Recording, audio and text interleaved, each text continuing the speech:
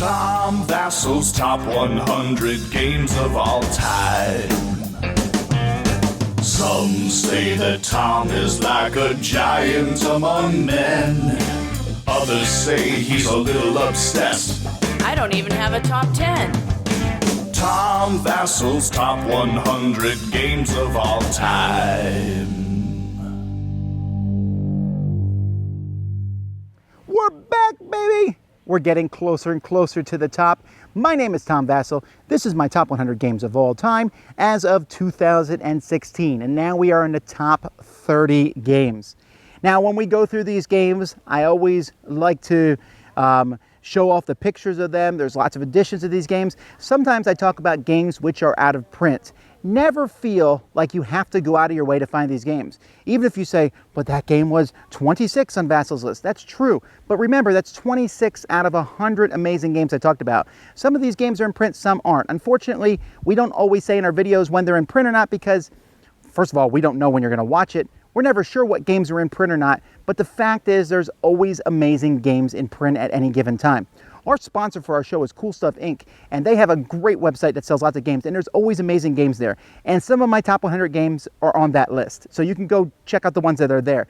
Not all of them are, some of them are out of print, but Vasel's law, which is not a law, more like a theory, but pretend it's a law, says that great games will come back in print.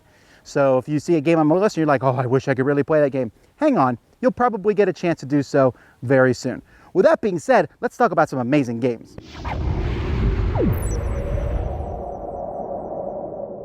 All right, let's start my top 30 with one of the best cooperative games ever made, and that is Ghost Stories. Ghost Stories is a cooperative game in which 4 players, and it's best with 4, you can play with fewer, but 4 players are taking these monks, you know, Shaolin monks, and you are defending your monk area against ghosts. And these are scary ghosts. They're ghosts from like Chinese B movies. There's ghosts with eyeballs, with teeth, and there's the Black Widow, and they're kind of creepy ghosts, and they just keep coming and coming. It's almost a tower defense style game where the ghosts just keep coming and coming, and you have to fight them off. And so you are rolling dice and moving around and fighting off ghosts and using special abilities. Each monk has their own special ability, but there's also buildings you jump back and forth. There's 2 expansions for this game, White Moon and Black Secrets. White Moon is amazing, Black Secrets is decent. You don't need either one of them to enjoy the game, but Ghost Stories is one of the hardest cooperative games I've ever played. That hasn't stopped me from beating it because I have multiple times, but every time I have beat it, it's been by a squeaker, and I still don't understand why in the box they think that they need to add harder levels of difficulty. It's a great victorious feeling when you beat it. The theme is a little creepy, but it comes across well because you are champions fighting off the ghosts. This one's been on my list for a long time. I really enjoy it. Ghost Stories.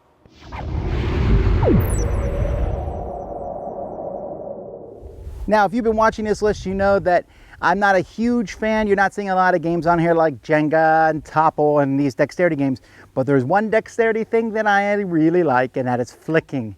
And no other game seems to encapsulate that as much as Flick 'em Up. This is a Western themed game, Cowboys versus Outlaws. And it's a team game in which each side is going to flick, you know, different bullets at the other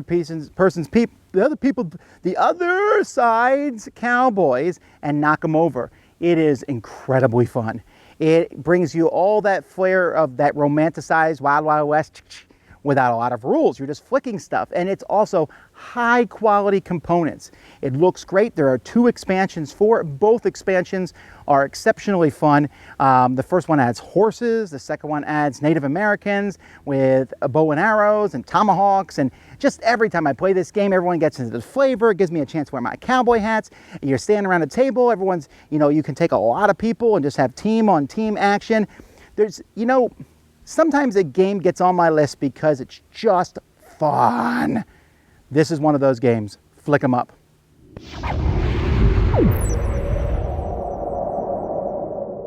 The Dice Tower Essentials is a line of games that I created with Arcane Wonders to get games that are amazing out there so that people can play them and add them to their collections. And one of the whole reasons the game exists is because of Sheriff of Nottingham. Sheriff of Nottingham is just that great of a game. Now, originally it was published as Heart and Grenz, then they changed it to Robin Hood, but the game is about being the sheriff. So it's now Sheriff of Nottingham. Arcane Wonders did a spectacular job. This is the 3rd year that it's on my list, And you can say, Vasel, you are biased. Well, of course I'm biased. I got the thing published because I loved it so very much. Sheriff of Nottingham is straight up, is that person lying to me? Now, it adds a game around that because you're hiding apples and cheese and bread in a bag along with some illegal weapons and rum and things. And it's just so much fun. I have never played a game of Sheriff of Nottingham that I did not enjoy. I played it dozens and dozens and dozens of times with people all over the world, and every time I've had a blast. There's no way it can't be on my list. It's just an amazingly fun game. And every time I teach it to new people, they get into it and just have a great time. You can say, I do not support lying even in a game. Fantastic. Sheriff's for you because you can tell the truth the whole game. I love to lie as much as possible. Fantastic. You can lie every single time. You'll probably lose though. So Sheriff of Nottingham, a great game. Highly recommend it, and not just because I got it reprinted.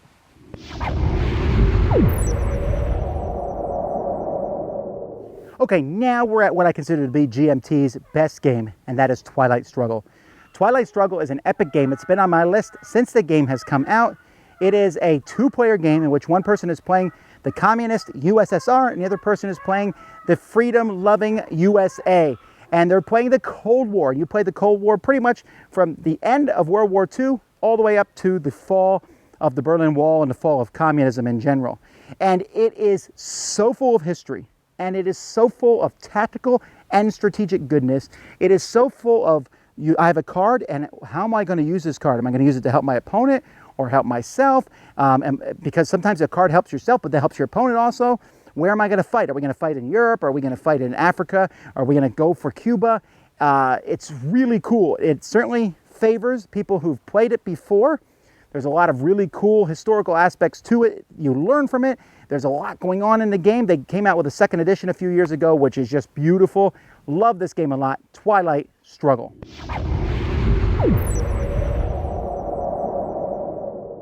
Now we have a game on my list that's been on the list for a long time, although this is the second edition, so it's only been on the list for 3 or 4 years, and that's Duel of Ages 2. And in fact, Duel of Ages, the original one, was my favorite game for a while, then dropped into my top 10, Duel of Ages 2. Now you'll notice it's dropped into the 20s. Now again, I always hesitate, do not read too much into that. It's still in my top 100 out of 5,000 games. I love Duel of Ages. The only reason it dropped out of my top 10 is just because, other than my daughter Melody, there's really not a lot of people to play this with. And it is complex, and I would love to see a streamlined version of it at some point. But Duel of Ages takes a theme I love, which is basically, let's take everything, put it in a blender. That's our theme. It has heroes all throughout history and made up history. So you have Kit Carson, and you have Robin Hood, and you have Android from the future, and some alien mind reader that are riding around on a skateboard, a Roman horse, and a chariot, and they're throwing spears at each other and bowling balls, and it's you go play a baseball game. And this sounds really weird. It is a really weird game, but it's so much fun because there's so much diversity, and there's a lot of strategic tactics available in the game. The way I play is we draft a team. I like it best with 2. It can go more than 2, but it's best 2 players. You draft a team of characters that are going to be different every game because there's so many characters. In fact, you can go look at a list of my top 10 characters. That's how many characters are in the game. I made a top 10. There's weapons and different things that you find and you're using. You might be shooting a mortar, and you got to figure out how to use your skill set best. You might have someone who's not good at fighting, but they're good at completing missions. This person's great at fighting, so they need to take out the opponents who are good at completing missions. You might want to go steal from your opponent's vault. The possibilities in this game are endless. It's pretty close, honestly, to a sandbox style game. And I like the fact that the game is a certain length. You play 2 hours. At the end of 2 hours, whoever has the most points is the winner. Just because it's not in my top 10 doesn't mean I still don't love this game, because I do. Duel of Ages 2.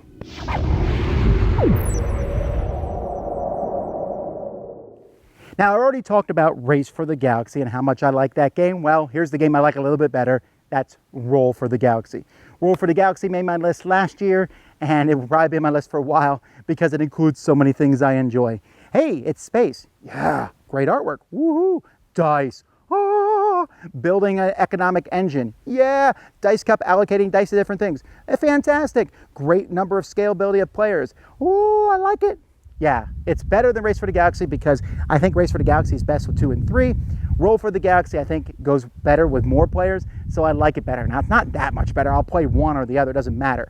But I have to admit, I am a little partial to cool custom dice. And in this game, and a really cool little expansion that adds more dice to the game, just a lot of fun overall. There's so many options in this game, and your starting planets and things are going to change how you play. It's simultaneous, so you never feel bored in this game. There's almost no downtime because players are taking your dice, rolling them, allocating them. Okay, now this action occurs, everyone takes that action. Really neat. Now, they're using the artwork from Race for the Galaxy, so it's not like this artwork is new and amazing, but the artwork from Race for the Galaxy was pretty amazing. So the whole package just comes together. Rio Grande is not really putting out that many fantastic games these days, but they did nail this one with a home run. That is Roll for the Galaxy.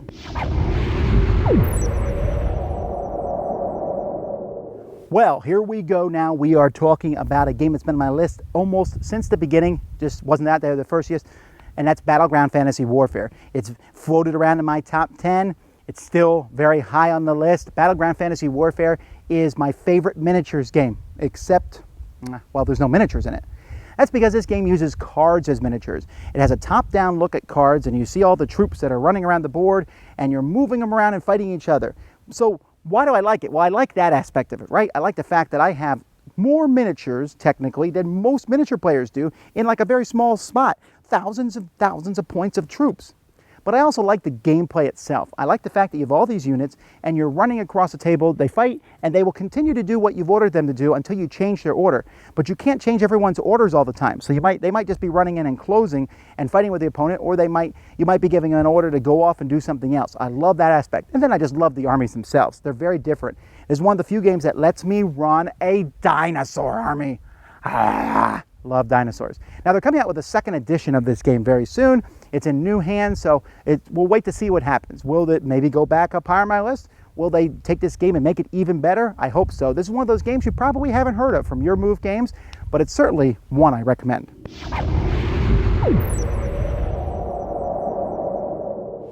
My number 23 is Mage Wars Academy. You might say it fell out of your top 10. Well, once again, do not think it's not that big of a fall. It's 14 places, lots of new games. And I still do really like Mage Wars Academy. I still think Mage Wars Academy is superior to Mage Wars Arena. I still like Mage Wars Arena. Okay, it's still a lot of fun. But Mage Wars Academy is still a much more streamlined, fun version of the game, I think. And still, Arcane Wonders, please release a list of Mage Wars Arena cards we can use in Mage Wars Academy. I'm going to say this in every video until you do it. But Mage Wars Academy is the best thing about it is the fact that you have a book of cards and you can go through that, and your deck is in a sleeved book and you can pull them out and play them in any order you want. I like Magic the Gathering, right? Magic the Gathering didn't make my top 100 this year, but I do like Magic the Gathering. The fact is, though, sometimes you get messed over by a bad deck. You just do. In Mage Wars Arena, Academy, you never have that problem. Also, it has dice.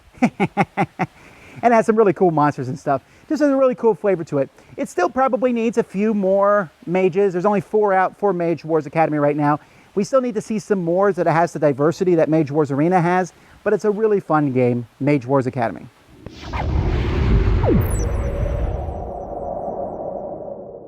22 is a game that knocked other games off my list. It knocked Magic the Gathering off my list. In fact, I got rid of my Magic the Gathering stuff except for the Commander decks. It knocked Mage Wars Academy down from its top 10 place.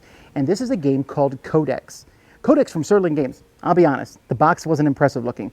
I opened it up and I said, this looks like anything I've ever seen before. And you know what? It is kind of like what I've seen before. It takes a deck building thing, mixes it with a Magic the Gathering type thing, and mixes it with the open books and the open decks of Mage Wars Academy. But you know what it does? It does those things amazing. It does them well. It's not an expandable game. It's not a collectible game. You have the cards that you have, but they feel different. Even if you only have 2 colors out of the 6 different colors in the game, you could play those 2 colors against each other many, many times. It feels like it's a game that you can get good at, and not that you're good at it because you've spent more money than someone else. I don't need to spend $1,000 on a Codex deck. I just have to buy the game itself. And the game is solid. I don't know where it will settle in the long run, but for right now, I am wanting to play this all the time. Easily number 22, Codex.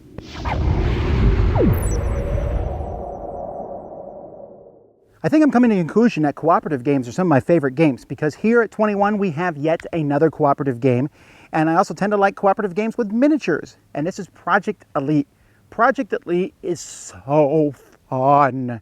Why do I like Project Elite so much? Because in this game, you are kind of like Space Marines, and you're defending your base, and these aliens just keep coming and coming and coming and coming, and you are like, and so you're rolling dice as fast as you can. There's a timed aspect to the game. So you roll dice, you're looking for a combo, you put a combination, boom, you take an alien, you take the model, you throw it off the board. And then okay, oh, I killed another alien, boom. Okay, now I move some spots, and you move. And now I'm gonna do this action. And it's really neat.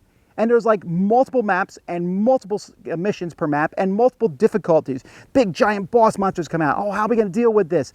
And it is so entertaining. Now the model quality is not the best. In fact, it's subpar to some degree. However, I don't really care because again, you're just grabbing these miniatures and throwing them off the board. And I just love the idea that I'm a big powerful Marine, and they're easy to kill, but there's so many of them and we gotta fight them off. Woo-hoo-hoo. This game gives me a rush when I play it. So much fun. Definitely check this one out, Project Elite. Woo-hoo-hoo. Only 20 games left and they are doozies. I'm just really, whenever I record these, I start off excited to do the top 100 and I get more excited as time goes by. Because the farther I get, the happier I am talking about these games because I just like them that much. And these games I just talked about, in any given world, could be in my top 10. The fact is, we have so many great games that exist that these games, the 10 games I just talked about, are not in the top 10 because there are actually 20 greater games, in my opinion. We're going to get to those next time. So until then, I'm Tom Vasel, and you've been watching Top 100 Games of All Time on the Dice Tower. Thanks for watching.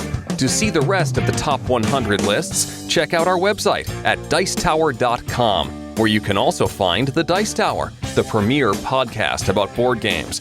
I'm Eric Summerer, and you've been watching Tom Vasel's Top 100 Games of All Time.